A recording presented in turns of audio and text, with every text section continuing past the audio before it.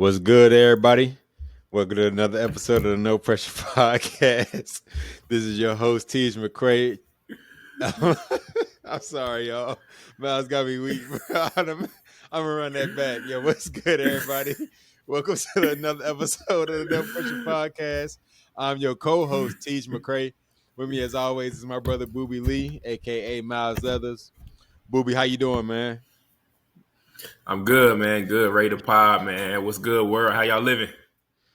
Yeah, man. So we back. Hey, man, we gave everybody 2 episodes last week. You know, that's been rare as of late with our schedules, but that was real cool, man. But today is what, Wednesday, midway through the week, man. How your week been so far? It's been cool, man. I had the boys a lot, daddy daycare. So it's good to spend time with them. I'll probably be going on the campus tomorrow, get some work done on campus. But I mean, shit, before I get into everything, I just wanted to shout out Free Spirit, the brand. My boy Jordan Miller, our starting point guard. This is his brand that I'm repping right here. So shout out Free Spirit, man. Jordan Miller, my dog, J Mill, we call him. Super competitive guy, the heartbeat of our team, man. He talented on and off the court, man. So this is his brand. This is his clothing line, and I just got a little bit of merch a couple weeks ago. So just wanted to shout out my boy J Mill, man, real quick. Hey, J Mill, Booby gonna buy me one too, bro. So next time you see him, have a shirt. He gonna cop it for me and send it my way. Appreciate you, bro. All right, man. Hey, J Mill gonna hold you to it now. I said you gonna cop it. You gonna buy it for me. Okay, all right. Well, I ain't know all that, man. You ain't give me all those details. My bad, man. Well, I just I said got you. Yeah, appreciate it. I got Man. you. I know I can count on you. Absolutely. Shit, let's go ahead and get right into it, man. Obviously, free agency is going on. Well, hold on. Before we get into free agency and the NBA deals and all that good stuff, a topic that I did want to discuss with you is, how would I put it? Discipline when it comes to the boys. Obviously, you want your children to be as disciplined as possible. Obviously, you walk a fine line between, still being that fun-loving father, but also holding them accountable and stuff like that. So yeah, I mean, I'll pretty much go first, and then you can pretty much piggyback off me. But when it comes to discipline for Kyler, Cade, he's still on the young side. He's still a little angel right now, but Kyler, he's to the point now where he comprehends, he understands, he is aware of his actions. So I know a lot of parents, they are on the side of popping their kids or putting them in timeout. Everybody has their own thing that they do with their children. One thing that has always stuck out to me is something that Mike G put in the chat. Shout out Mike G. Something he put in the chat a long time ago. He basically said something along the lines of like, it's never really a time where you have to like hit your children or you have to hit your child. That's something that's stood out to me, and that's something I've held on to for a while. I'm not saying that I don't pop Kyler or whatever the case may be. But I do feel like I'm slow to get to that point. Mm-hmm. What is your thoughts about discipline when it comes to your boys? What are some things that you feel like are effective for you in terms of discipline when it comes to Cash and Chosen? Well, I mean, Chosen's very similar to K, obviously a little bit more, because he's walking around and stuff like that. Because Chosen is, what month are we in? April, May, June, July. What 16? Oh, he's 16. He'll be 16 months on July. the 4th. So he's still kind of on that fine line. Like he can kind of comprehend, but so with him, it'd be the hand pops because when around that age, like to me, he's getting into stuff. You tell him don't touch it or don't do this or whatever the case may be, or trying to pull something down. Like he got a bad habit of trying to pull down a PlayStation, like look, stuff like that. Where they try to unplug stuff he shouldn't be doing. But with Cassius, I try to lean towards more conversation and timeout than anything. Cash likes to play his game, so like he's kind of getting an idea, like be like, Dad, can I play the game? I'm like, no, because XYZ. So that's been effective. But like you said, I mean, popping is like my last resort. But I don't see no problem with it. And when I don't, it's on the hand. Like every time it's on the hand, I don't ever like I don't ever see myself getting to the point to have to whoop him on the butt or get a belt, anything like that. If anything like that, I just pop his hand real quick. And it's like one good time. And yeah, but try to lean on the side of like communication. He can kind of, I wear my emotion on my face so he can kind of read my face and know when I'm not playing and when I'm for real. Like sometimes, when we got time, play with him a little bit, when we get on going into his pajamas and whatnot, sometimes we got to get right to it. And he's, playing or just, when kids are tired, they get extra hyper, something like Cash, calm down. I might have to give him a look and then he'll lock in and let me do what I need to do to get him ready for bed.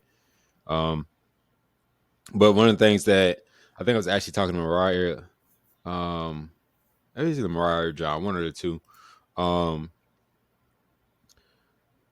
Cash and Chosen are at the age now where they're like bickering and fighting and little things over toys and stuff in the house, in-house stuff.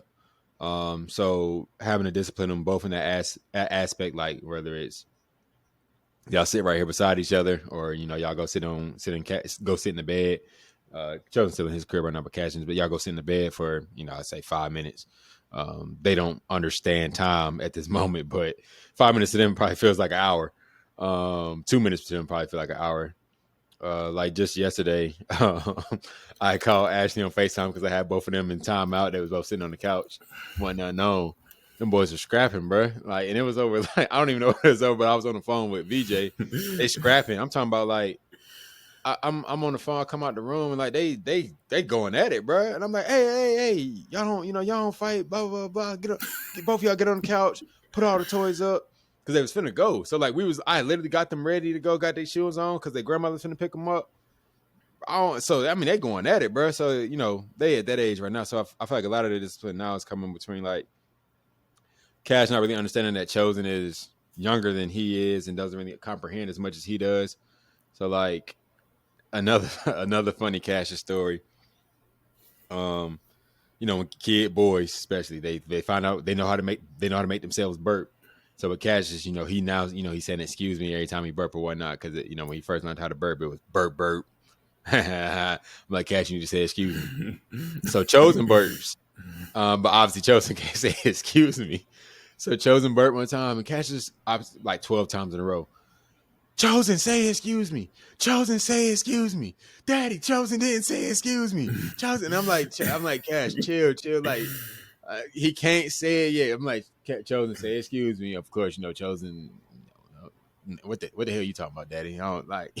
I'm about to burp again. But Cash is just so adamant about his brother saying. So it's stuff like that I'm dealing with now from a discipline standpoint. So it's a whole lot of like, Cash, I got it.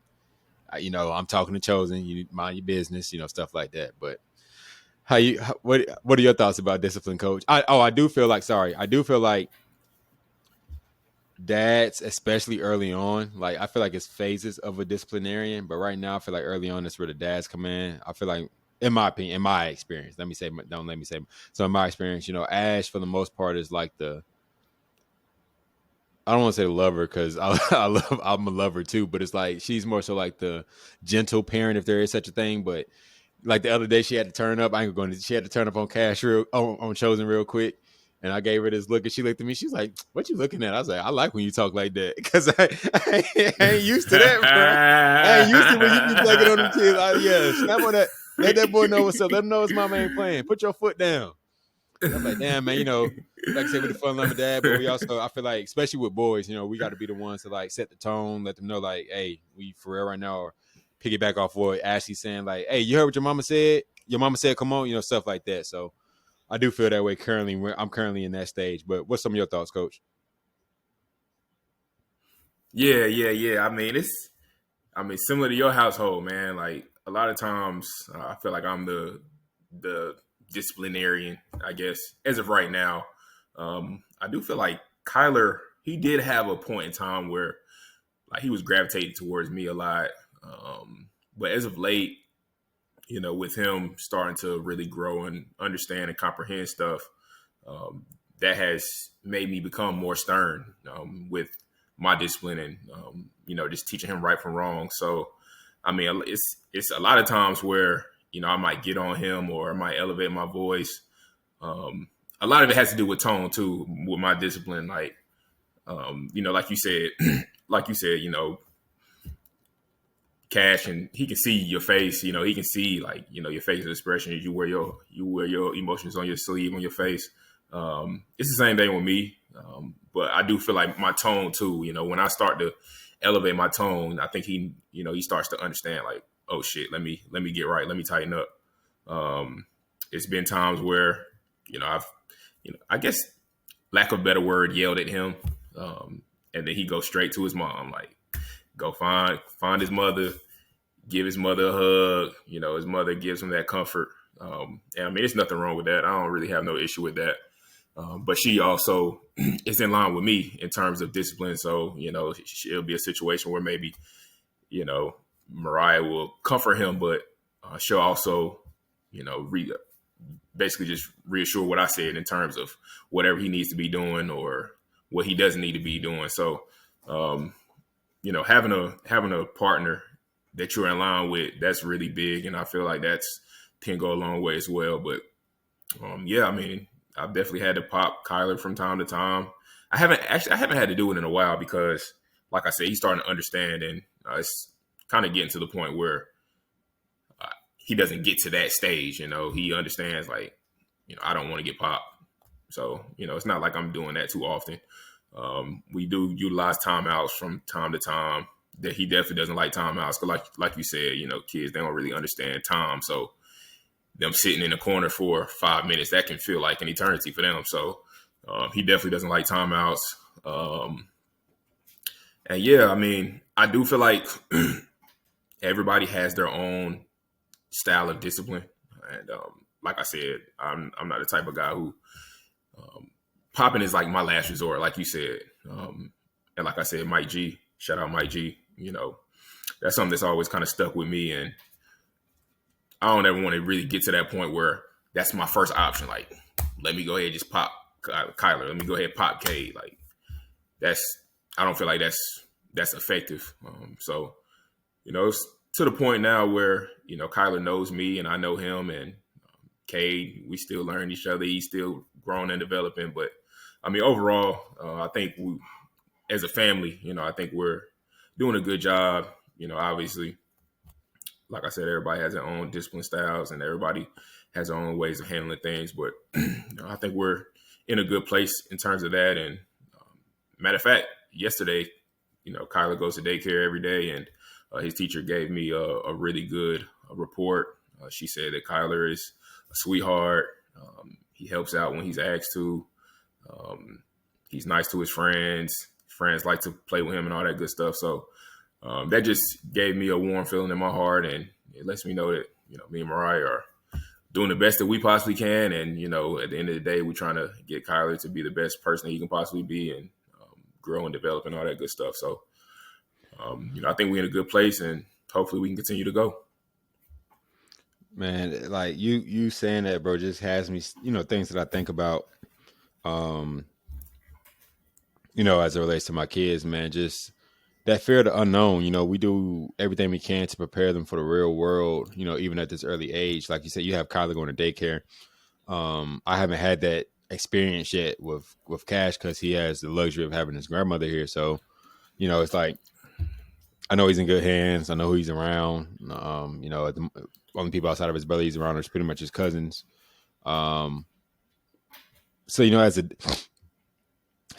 dad, man, like, you know, when Kyler first started going to kindergarten, I mean, I going to kindergarten, going to daycare, you know, what were some of the things that was going through your head? Like, just that I affiliated, for lack of a better term, like with FOMO, that fear of missing out. Like, I just love being present in the moment of my child and like knowing what's going on. Or, you know, I just think about that day where I'm like, hey, you know, Cash, how was daycare today? And, you know, he says bad, or, you know, it wasn't good, or so and so hurt my feelings, you know, just stuff like that, man. So as a dad, you know, what is something that you would say that you do, or some advice you would give to a father who's going to experience that at some point? Like, yeah, at some point, you know, your son is going to be in the care of a complete stranger, and you kind of just pray for the best. So, how you know, what's some advice you can give your brother, bro? Yeah, man. It's definitely challenging at first. I know when I first dropped Kyler off at daycare, I think he started daycare around like 6 months, 7 months, 8 months, something around there.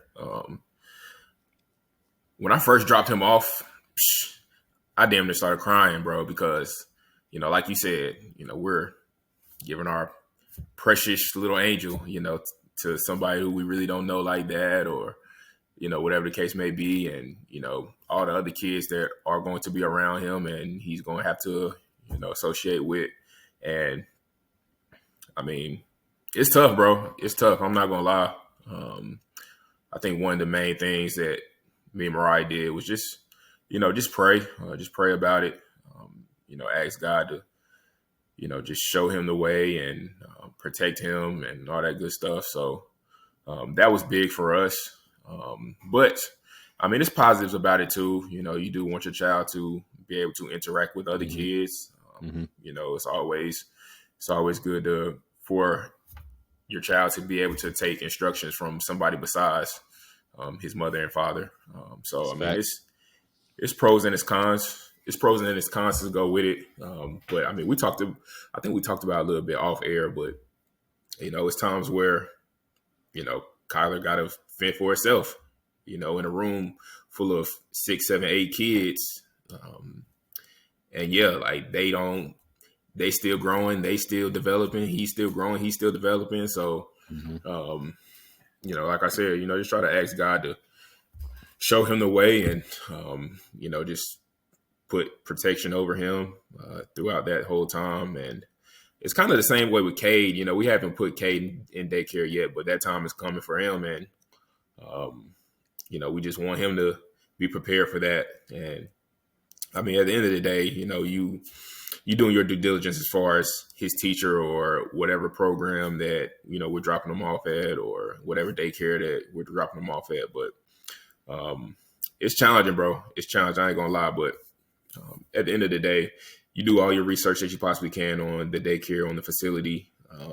You know, you get to know his teacher. You get to know, you know, what they're doing on a day-to-day basis. So you just try to, you know, just get as much knowledge as you possibly can about the teacher that he's working with and the facility and the daycare, the program, all that good stuff. But ultimately, man, it has its pros and its cons, and you know, it's just something that we still working with day in and day out. But at the end of the day, I think Kyler is in good hands, and if Cade ends up going to the same place that Kyler is currently going to, you know, I think Cade will be in a pretty good place as well. So, yeah, man, it's challenging, but it's also something that, you know, parents have to do, you know, because they still got to work, they still got to take care of things, they still got responsibility. So Yep. it's challenging, but at the same time, you know, if you do everything that you need to do in terms of, you know, doing your homework and all that good stuff, everything will be okay. Everything will work out fine. So, yeah. Appreciate you sharing that, brother. Like I said, I was just checking your brain a little bit because I know the time coming soon. But you hit the nail on the head, bro. Like, I definitely understand that the time is coming. I definitely understand that, you know, I want Cash Chosen to be able to interact with others comfortably, you know, just being, like I said, being comfortable in those settings amongst, you know, their peers, older, younger, you know, whatever the case may be, bro. So whenever that time does come, I'll be sure to follow up with you and let you know. Probably calling you damn near every day for that first week, just, you know, just getting used to the experience until it's like, you know, part of the norm. So yeah, man. I will say this too, man. Having Miss Gwen, man, that's awesome, man. That's great for your entire family, bro. Like having somebody that you can trust, that you can drop their boys off with, and you can still have a clear mind and get all the work done that you need to get done around the house, at school, in your job. That's a cheat code, bro. A For huge anybody, blessing. for yeah, facts. I would say like anybody who is blessed to have a family member, just be in a situation where they can look out, for the boys, man. I think that's big time. So, if you are in that situation where, you are taking care of some kids, man, and, it's a situation where, parents are comfortable with you, I think that's gold, bro. So shout out to Miss Gwen. For sure. Shout out to Gigi. So, bro, I know that you said that we were about to go into the NBA free agency before we got into that topic. Um, and thank you for that, bro. That was a really good topic. I'm eager to see what some of our listeners, if they don't mind sharing their approaches with discipline with their kids and stuff in that matter. But yeah, NBA free agency, man. I think the thing that I want to start off with that caught me off guard, I think caught a lot of people off guard, was the release of Damian Lillard, a top 75 player in NBA history, perennial All-Star, All-NBA, elite guard, he will be coming off of an Achilles injury. How you feel about that, bro? You think the Bucks and what they did, they stretched his contract out over 5 years. They're going to be paying him, I think it was $23 million. They said that is the largest release and stretch in NBA history. So pretty much the Bucks are going to be responsible for his salary, at least $23 million of it. And so Dame can sign somewhere for a league minimum, and still be getting the $23 million from the Bucks. But who do you think won this? Did Damian Lillard win this, or did the Milwaukee Bucks win this, Coach?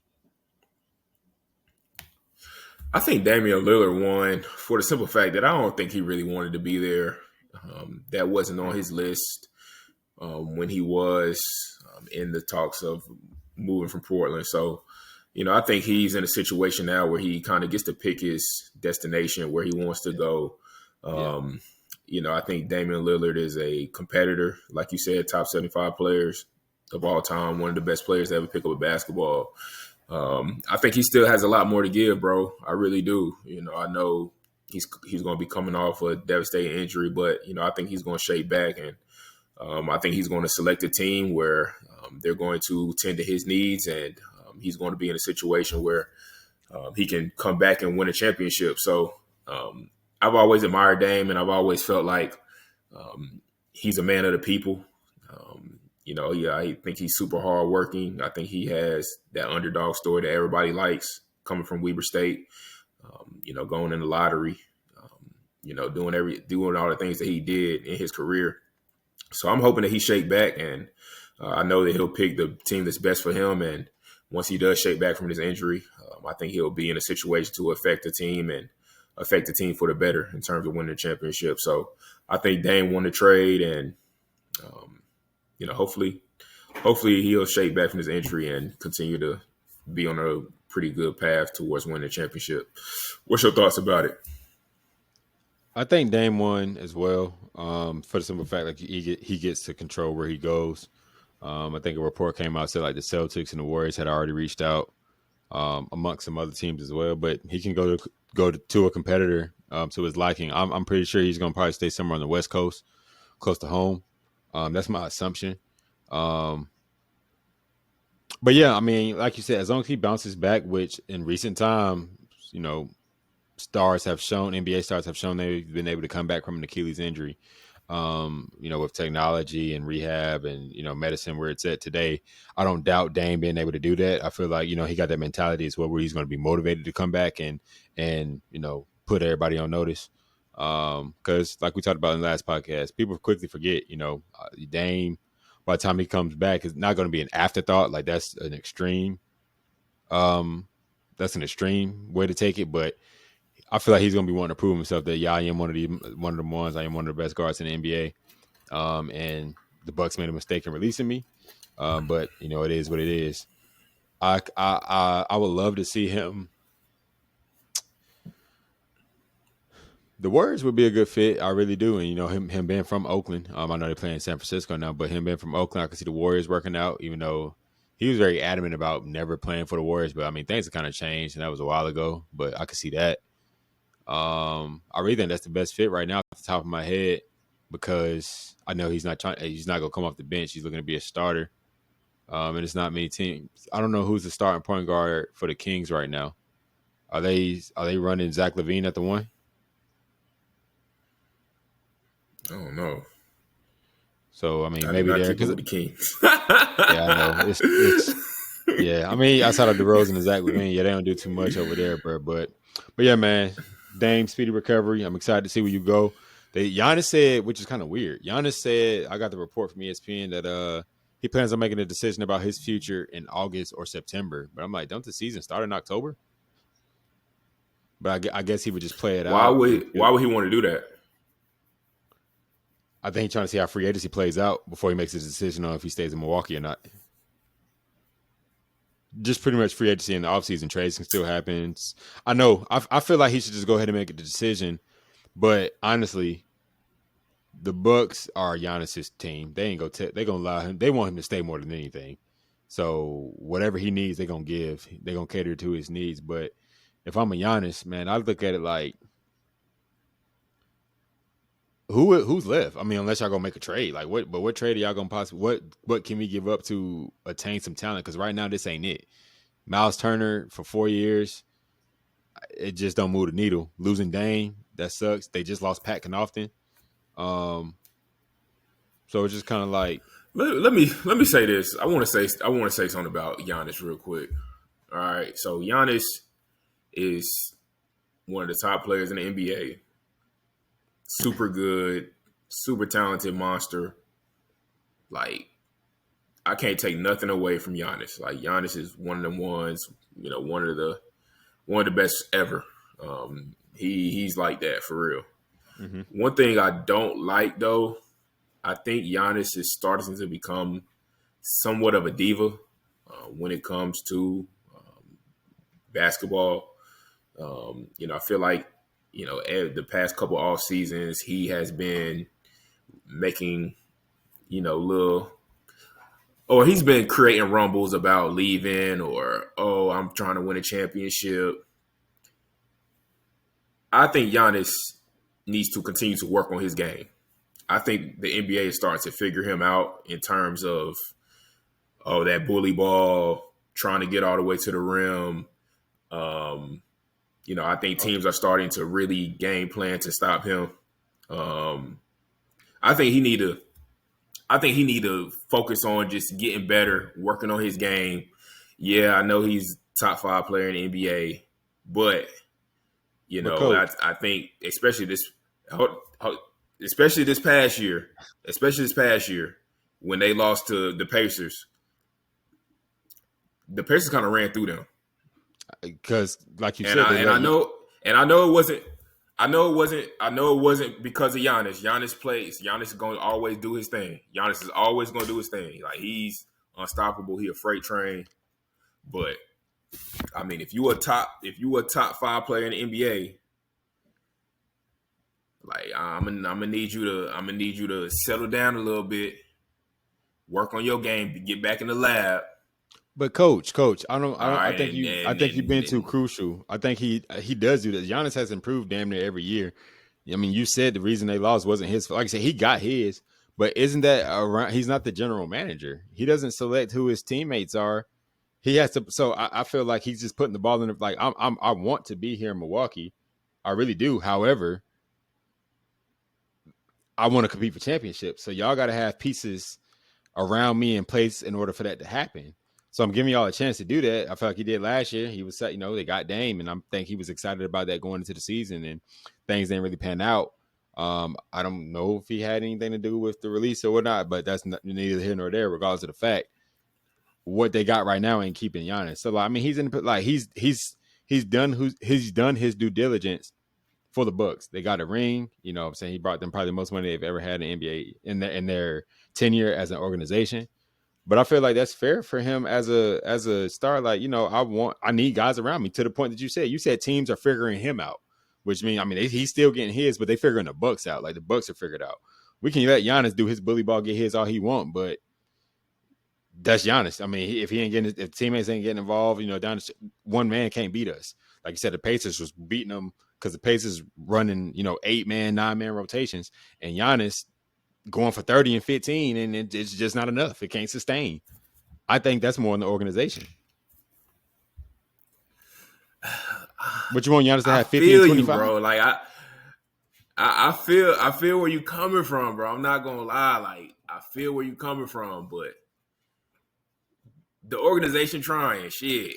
They trying to get you some pieces. Right. Trying. So if that's not happen, I know that's not like a needle. I know that's not a needle mover. I know, and I'll be the first to say that. Like Miles Turner, it's okay, but it's not really a needle mover. They need a lot more than that. When Dame went down with the Achilles, that's when you got to turn up even more. If you a top 5 player, if you one of the best players, that's when you got to turn up more. That's when you got to elevate your game even more. Still need help. When I feel like he did. Robin go down, I feel like he did. It just didn't win. It didn't win because it takes more than one man. I agree, but I don't have that sense in my head. That like, oh, he turned up. Oh my God, like the Pacers handled them easily. What was that series? 4-1, 4-2? 4-1, I believe. Yeah. Let me give you an example, right? Mm-hmm. So, Joker. Joker and his team is a lot better. That might be a bad example, but I feel like Joker does his best to elevate his game when shit is not going his way. When shit is going left, he does his best to elevate the team or his teammates around him, his situation. Mm-hmm. Like when guys around him aren't hitting shots, he does his best to elevate. When Dame went down, I don't feel like Giannis elevated. I feel like he was the same. I ain't gonna say he was the same because he's still gonna do his thing. He's still gonna do his thing, but I don't know. If you a top 5 player, bro, I'm gonna need you to, instead of complaining about your situation, how about you elevate when it's time for it? I don't think he hasn't complained. He hasn't said anything. He cooling. He just want his organization to make some moves to put pieces around him to compete. I just in his 5 games, this 5-game series he just had against the Pacers. Game 1, 36 points, 12 rebounds, 60% from the field. Game 2, 34 points, 18 rebounds, 7 assists, 70% from the field. Game 3, 37 points, 12 rebounds, 6 assists, 73% from the field again. Game 4, 28 points, 15 rebounds, 6 assists. He was 45%. So that one, he was 9 for 20. So one shot being 50%. And then game 5, what he got sent home. He giving it his damn all. 30 points, 20 rebounds, 13 assists, 2 blocks, 2 steals, and shot 60% from the field. Coach, he's doing everything he can. You want him to get 50 and 25? Nah, them stats crazy. Bro, he went insane. And but you hit the nail on the head before you got into it. Like you said, like you said figuring out him, and then you said the teams are figuring the Bucks out. You're right, the Bucks are figured out. We gonna let Giannis get his. Nobody else ain't gonna do shit because they can't sustain, bro. So it's just like he needs a Robin. Like you said, they thought that was gonna be Dame, it didn't work out. But the Robin can't be Miles Turner. The Robin can't be Kyle Kuzma. Like, bro, he needs some help. So I think he's justified in, just seeing how. I just don't know about waiting that late. But if the Bucks need to think, the Bucks got to think future as well. We either lose him, we trade him, or we lose him. And I think if Giannis requests a trade, I know they're going to honor that. But what they can get back for Giannis is, name your price. Name your price. We talking about Giannis. Yeah, gotta trade him, man. Go ahead, just trade him, man. He burnt out in Milwaukee anyway. Yeah, man. I want to see bro. Man, listen, bro. If Giannis go to the Warriors, boy, the type of basketball that's gonna be seen in Oakland, bro. I could see him there. Um, Miami. Before you go on, I want to ask you something. Yes, sir. Is Giannis a guy that people want to play with? I don't know, bro, because I feel like when I say Giannis makes people better because he commands so much attention. So like if sucked in, because I think in the Bucks' successful years they were like top 5 in threes, and I think that's in due part. You kicking out and they got so. I don't think Giannis does a good job of making players better. He just again I that was agree. you know what I'm saying. So to answer your question though, and I think he's not the type to. He's not a point forward, so it's not like the ball's not in his hands to create. The ball's in his hands to play bully ball, to be stronger than everybody, to follow rebounds and things in that regard. If he does get the rebound and pushing the break, he's not looking to pass. He's looking to finish, go coast to coast. But I mean, he's a Greek freak for a reason. So I don't know, bro. I think that's why I personally think that's why it was tough for Dame, because Giannis is ball dominant. Like he's ball dominant in the half court. But he's not ball dominant in the half court to where, like a Jokic, to where he's looking to facilitate and can control the game straight off passing alone. Whereas we seen Joker can score, he can pass. And I'm biased towards Joker. So, but just to answer your question, I think more players are be more prone to play with a Joker over a Giannis for that reason, because Giannis is ball dominant in the half court, and when the ball's in his hands, he's looking to score. And yeah, it is what it is. And you see, that's what I feel like I'm trying to get at. Like, I think Giannis has another level that he can get to. I know he's, like you said, Greek freak, like a demon in transition, like damn near impossible to stop, like can get to the rim anytime, super physical, all that good stuff. But I mean, you drawing all this attention. Like, what are your assist numbers? Are you creating open shots for others, or are you just trying to muscle through everybody? Somebody sent a double team, you trying to muscle through the double team. I done seen him do that way too many times. I mean his shooting. I don't know his percentages. I don't know his splits off the top of my head, but I think he can probably shoot the 3 ball at a higher clip. Probably he can. I think he just got he got more to give, bro. In my opinion, I think he got another level that he can untap. I think he's so physically gifted and he's so physically dominant. Learn to use that to your advantage outside of just running through people. Draw a double team, kick it to an open guy. Now, if you just got a bunch of guys who just can't knock down shots, all right, okay, it is what it is. But I don't know if that roster just has guys who just can't hit a shot. I don't know. I think it's more so Giannis is not really setting these guys up how they need to be set up. Especially I don't know, bro. Their roster was kind of so nasty. Their roster was kind of nasty, bro. Like I said, and especially like I said, Dame had to find his rhythm. But when Dame went down, but you got to think they was relying on the Brook Lopez, Bobby Portis. They traded for Kyle Kuzma. He was god awful. For the most part, like his tenure with the Bucks so far has been terrible. I know Gary Trent can shoot the blood out of the ball. Like I was saying, bro, the roster is nasty because Kyle Kuzma, Brook Lopez, Bobby Portis Jr., KPJ. Like I said, Gary Trent. I don't know. Did they just acquire him or was he there last year? I can't remember. They just traded Pat Connaughton. No, he was there last year. Torian Prince, like bro, these ain't shooters. Gary bro. Trent had a couple really good games in the playoffs. Oh yeah, facts. Before they lost. But yeah, this ain't it, bro. This ain't it. This ain't shooting. This ain't what Giannis need. Giannis need knockdown shooters, bro. No, I agree with you. The roster is definitely not strong. But I mean, we done seen Bron take a terrible team to the finals. You feel me? Yeah, he's talking about the GOAT though. He's the GOAT. I know. Let me preface it by saying Bron is the GOAT. But I just feel like Giannis can get to another level, bro. And the times is different, bro. Like more that he can. He can't, like you said, the two things Giannis need to fix Free throws, because he get fouled a lot. Your style of play requires you got to be able to knock down free throws. And little catch and shoot, little spot up three or whatever. Just take your weaknesses out. Other than that, bro, put some shooters around him and let teams pick their poison. Like I said, the Bucks were the most successful when they were knocking down threes.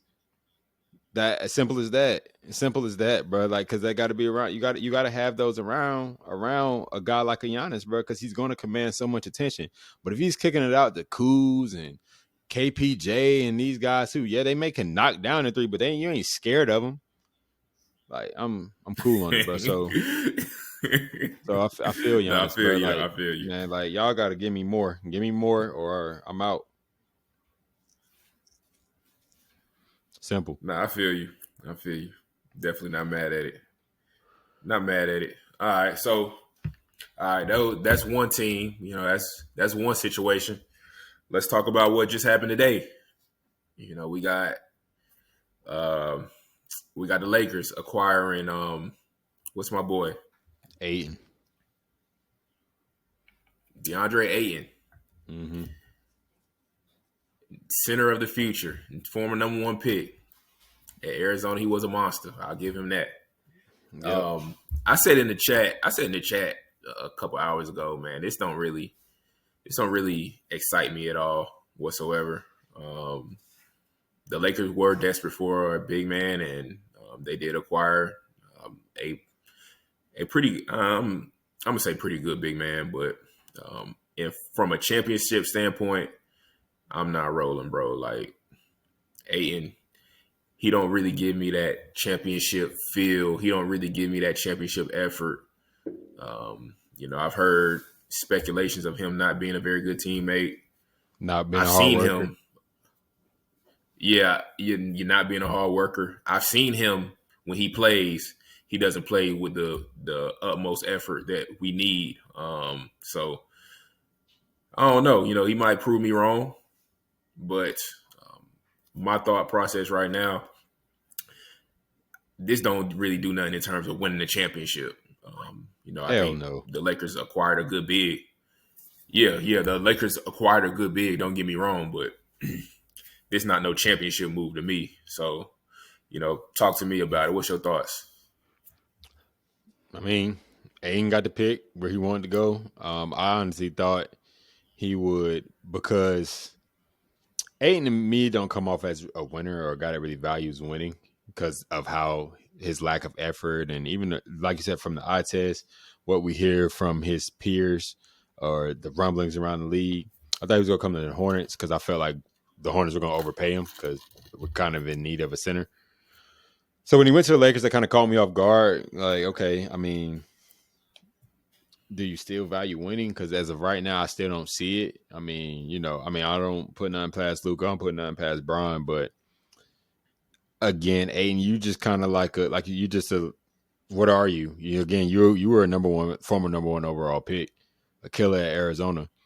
But that hasn't, and Chuck was like, he had double. It was like 15 and 10. Yeah, I mean that's good. You know what I'm saying? I'm not knocking that, but if you're capable of more, why are we satisfied just because you're getting 15 and 10? Why is it not 20 and 12, 24 and 12? Because I feel like, to your point with Giannis, you can tap into that. It's more you can give us. Like, I'm never the type to be satisfied just because the player's getting a double. It could be 11 points, 10 rebounds. Yeah, that look good, but you probably capable of more. And ain't no problem with DeAndre Ayton. I mean, I feel like he is capable of more if he just played a little bit harder with a little bit of a motor. Maybe Bron taps into that. And gets him to go to another level, which is one of the things we're going to have to see. But they gave him a 2-year deal with a player option. But, I mean, I'm not enthused. I mean, the Lakers need to do a whole lot. But I don't think the Lakers are going to have much going on until Bron retires. I don't think a lot of people in the league, it's my opinion, don't want to play with Bron at this point of his career. I mean, he opted into the $50 million, and there was rumors around that, he did that because – his speculation that the Lakers could be looking to move him. So, he wanted to guarantee, the money he had coming in.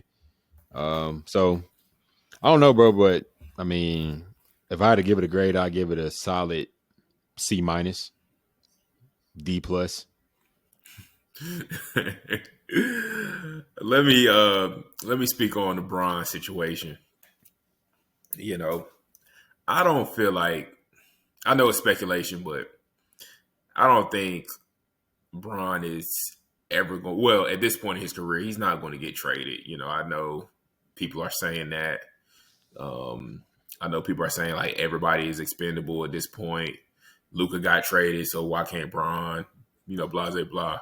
I think Bron has done so much to this league to the point where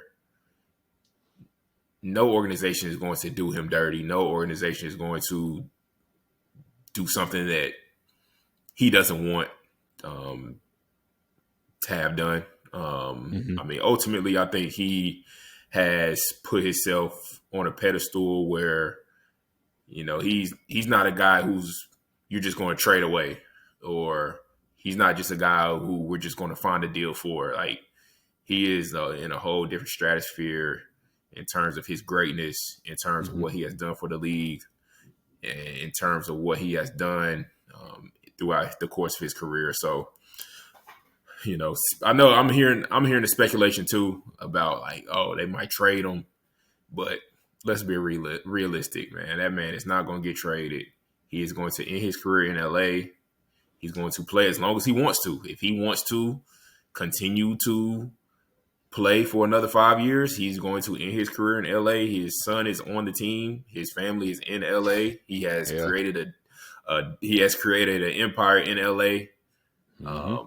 I mean, he's a businessman. He's a business savant. Like he he is going to finish his career in LA, and he's going to play for however long he wants to. If he wants to be done next year, he'll be done. If he wants to be done in 2 years, if he wants to wait till Bryce gets to the NBA, he'll do so. But the ball is in his court. The ball is in his hand, and ultimately, like whatever he wants is what he's going to get. He does not want to be traded, so he won't get traded. He does not want to be shipped off to. I know people saying, "Oh, it'd be cool if he goes back to Cleveland." The man is not going back to Cleveland, bro. Hell no. Niggas not. But folks Like I say, said, like, bro got a no trade he gonna clause. finish his career. Bro getting 50 M's. Like you said, his family is there. Like I said, Bron got to approve of anything. Like I said, I think if anything, my prediction is that year 23 is when he goes out. Like this is gonna be his last year. I think it's storybook. I think he's gonna do everything in his power to compete at the highest level he possibly can. I think this is him and Luka's first full year together. So I think they go get everything that they got. But to compete, man, I just think the Lakers gonna have to do a little bit more. And when I say a little bit more, like legitimately a little bit, I feel like Luka has gotten the Mavericks to the finals with, when I say with less, like just not your traditional help. You know what I'm saying? When they had their finals run, what was that, a couple years ago? Luka was the guy, and he was getting guys, like putting Gafford on the map, Derek Lively on the map, just kicking, all the PJ Washington, like just guys were hitting shots and catching lobs. So it could be minimal. Like Luka has shown that he can carry a team to the finals, so it don't even got to be a lot. I just don't think it's Ayton. But I mean, again, can Ayton do what Gafford and Lively did? I wholeheartedly think so. So I mean, like it could work for the Lakers, but I feel like Ayton can just be a whole lot more than 15 and 10, 14 and 10. Like he's better. He's more than that, in my opinion. I truly feel like he can do that. So Lakers make a few more moves, get a little more pieces. I seen that they were interested in Al Horford. I'm not, for whatever reason, Al Horford is epitomized winning. Everywhere he's gone, he's won. Everywhere he's gone, he's been to the playoffs. So like, I mean, he's a winner. And I mean, he's shown like he's aging like Bron and them, bro. Like, I mean, he's expanded his game to be able to hit an open three. He defends well, vocal leader. So that would be a good piece for him. Obviously he ain't catching no lobs, but he's someone that you can kick it out to who's capable of knocking down the three. He's shown that in Boston, won a ring with him. So they just got to make some more moves, man. So we'll see what the Lakers got going on. I definitely want to see, same as KD. I want to see KD compete. The playoffs needs LeBron James. The playoffs needs Kevin Durant. The playoffs need Stephen Curry. Like when they're in the playoffs, especially when we don't know how many more years we got. Get them. Let's get them in there, and hopefully they all make it next year, and we're able to see another great playoff run. Facts. That would be super dope if we can get Bron, KD, Steph all in the playoffs, bro. That would be super dope, man. Nostalgic for sure. Yeah, bro. It's almost over with, man. They really about to wrap it up. Um, but man, I think we hit on pretty much like a lot of the big names in the free agency. I did want to ask you though, man. So both of our wives are Cancer women, man. Both born in July, 3 days apart. Um, Man, how's it feel to come celebrate or be a part of another birthday of Mariah's, bro? Oh man, it's great, bro. Shit, you didn't kind of put me on the spot because I still trying to figure out what I want to do for. My wife, she is not like super materialistic. Mm-hmm. She's more so like she's more so laid back in terms of gifts. She just wants to have a good day, relaxing day, good food, good conversation, um, maybe some drinks, something like that. She's more so into that type of thing. So, I'm still trying to get everything organized in terms of what I want to do for her.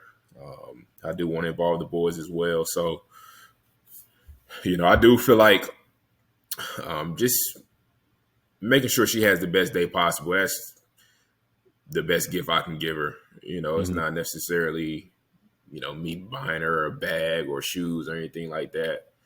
Just more so making her feel comfortable, making her feel relaxed, showing my appreciation for her. And same thing with the boys, conveying the message to them like, this is mommy's day. This is Mm-hmm. the day that we're going to celebrate her. And, we're going to do anything that we can to make her feel good and make her have a good day. So it's a blessing, man. Another year, another trip around the sun. Um, I can't be any happier. Glad to hear that, brother. Likewise over here, bro. I've been saying it for the longest that her birthday is my favorite day. I used to tweet it all the time, like today my favorite day or whatever, or my favorite day coming up. Like you said, just another day to really show my appreciation for her. I know we do a good job of doing it every day, but like you said, it's her day, so I wanted to be whatever she wants. I know she's going to be linking up with some of her friends, which she don't get to see them all that often. So I'm happy that she's going to be able to do that. And like I said, I just want to do everything in my power to make sure she has a perfect day, bro. As always. So shout out to you, Ashley. I love you. I know we'll probably record another episode before your birthday come up, but yeah, man, shout out to all of the cancer women out there. Shout out to our wives specifically. And we hope y'all have a great birthday coming up. What you getting her? I don't really know. I mean, actually, kind of the same, bro. Not materialistic. She going out, so I might just give her, some bread towards that. But I really don't know. Um, she's so low maintenance, man. It's kind of hard to. I don't even know, bro. What about you? You say you still trying to figure it out too? Yeah, bro. Like people be thinking like, oh, sometimes it's easier to actually buy like something, but Mariah not really that. She's not really like that. Mm-hmm. Like it's not like she asked me to, get her this Louis V bag or this designer pair of shoes or anything like that. Like Mm-hmm. matter of fact, she has encouraged me to not even go that route for real. What, get her anything? So yeah, like so. I mean, it has shit in situations like this. I got to get creative. Like let me think outside the box instead of just like, oh, I just get online and order some shit. Yeah. Let me actually put together. A full day of her. Actually being relaxed, good food, drinks, all that good stuff, Mm-hmm. activities. That's more so her speed versus me buying some shit. So No, I yeah, feel man, that, I'm bro. working. Trying to get everything in line. We gonna figure it out, bro. We gonna have to tap back in and see how we did, bro. But was there anything else that you wanted to cover, Coach? Or Um, it was one more thing, but we can talk about it on the next pod for real. It's on you, bro. Whatever you want. I wanted to ask your thoughts about the Mike Brown hiring for the Knicks. Great. Obviously, he just got the job to. Interesting. I think it's Well, great. yeah. So he just got a job today, and he's actually in a really good situation. So I do feel like he's going to do a good job. I think a lot of it has to do with, like I said, him acquiring a really good team. Before he even got hired, I was already thinking the Knicks might be the favorites coming out of the East next year, especially with all the injuries for the Pacers, injuries for the Knicks. I mean, injuries for the Pacers, injuries for the Celtics. You know, Dame being hurt for the Bucks. What's your thoughts about it? Man, like I said, I love it, bro. I like Mike Brown. I feel like he has a great attitude. You know, no nonsense coach. Gonna speak his mind, hold his player accountable. I think he gonna help him level up, like you said. I think this should add to them. To your point, you know, being a perennial contender coming out of the East. I think he has a good job of getting players to buy in. He's been to the finals. He's been around. He's won championships with the Warriors. You know, been to the finals with Cleveland. So he has that championship pedigree. And I think he go just level up, bro. Like you said, inheriting a good team with the former 2-time NBA Coach of the Year, who recently won it in Sacramento not too long ago. I like it a lot. I think the Knicks did a great job of hiring Mike Brown. I'm not mad at that at all. Yeah, I think it was a good hire. I do want to say one thing about it though. Obviously with us being coaches, you know, we're in the profession, and a lot of times we see these hires, and at the end of the day, I'm definitely happy for them. I do feel like it can be frustrating as a coach, and I'm not just talking about NBA coach. I'm talking about coaches in general, high school, college, NBA, whatever. It can be frustrating to see a lot of these head coaches just getting recycled in terms of, Mike Brown. Yeah. He been a head coach for the Kings. He's been a head coach for the Cavs. He just had a lot of opportunities. It's like that a lot in the NBA. It's like that a lot in college. If you have head coaching experience, you're going to have more of a chance to get a job versus a guy with no experience. Right. So, the cliche thing is like, how do I get experience? How do I get experience if I can never get a job to actually get experience? Right. Right. So, like I said, shout out Mike Brown.